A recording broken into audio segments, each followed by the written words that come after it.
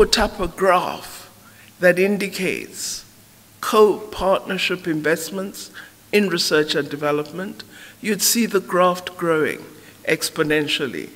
But when you put another graph beside it of growth in patents, it does not grow. So there's something worrying about the indicators that we pursue and how we render ourselves comparable to the rest of the world.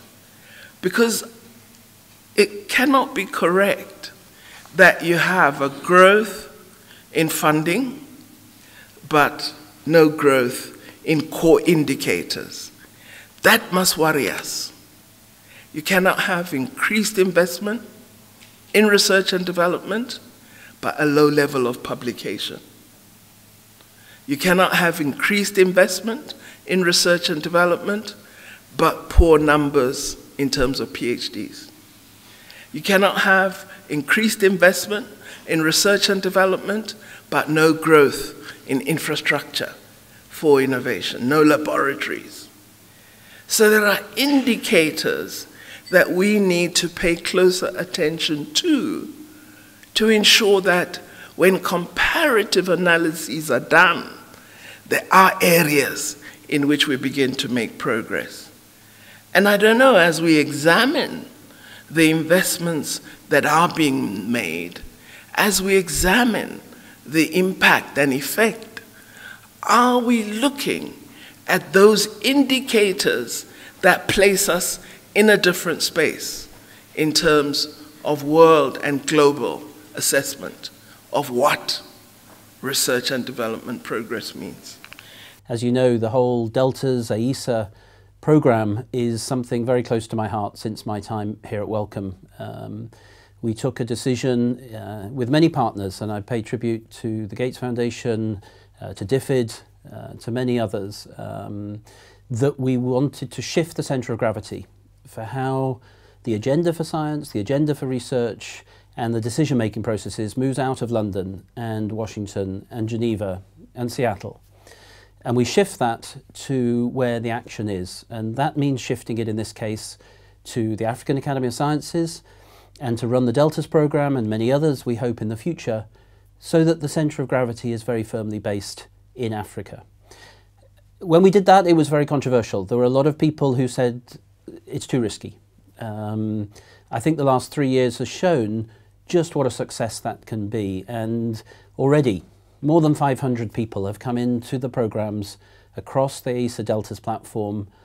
H3 Africa has become part of it. The Grand Challenges is now part of it.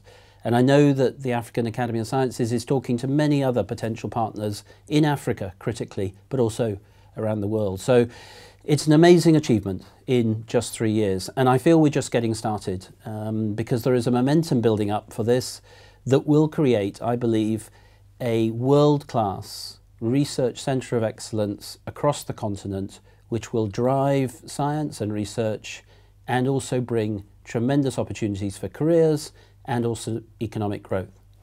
Clearly, we're not where we want to be yet. We need new partners in this, and we need African research councils and African governments to really contribute to this and lead it. We will not walk away from it. We're committed to this for the long term. But for this to really work, it has to be run, it has to be led, it has to be owned by people within the continent of Africa. That's what we're seeking to achieve, and I think the first 3 years has shown that that is a realistic ambition to have. I think also we should recognize the fact that this did not just come from nowhere. It was our own Ministry of Science and Technology when we are designing the Science, Technology and Innovation Strategy for Africa, STISA, who said, African Union Commission, NEPAD, whatever comes in this new strategy, can you make sure that our African institutions play an important and visible role? And I think they were very particular about the African Academy of Sciences. They said, in the new strategy, we want to see a visible role for the African Academy of Sciences. I took that directive, went to Nairobi, made the executive director and said, I have been summoned by the ministers that in the new strategy, you have to play a visible role. And I think that was a turning point. And indeed, we worked together throughout the strategy and pre-implementation to make sure that actually the academy played a visible role. Hence, I think you see that now our academy is really actively involved in supporting programs on the continent.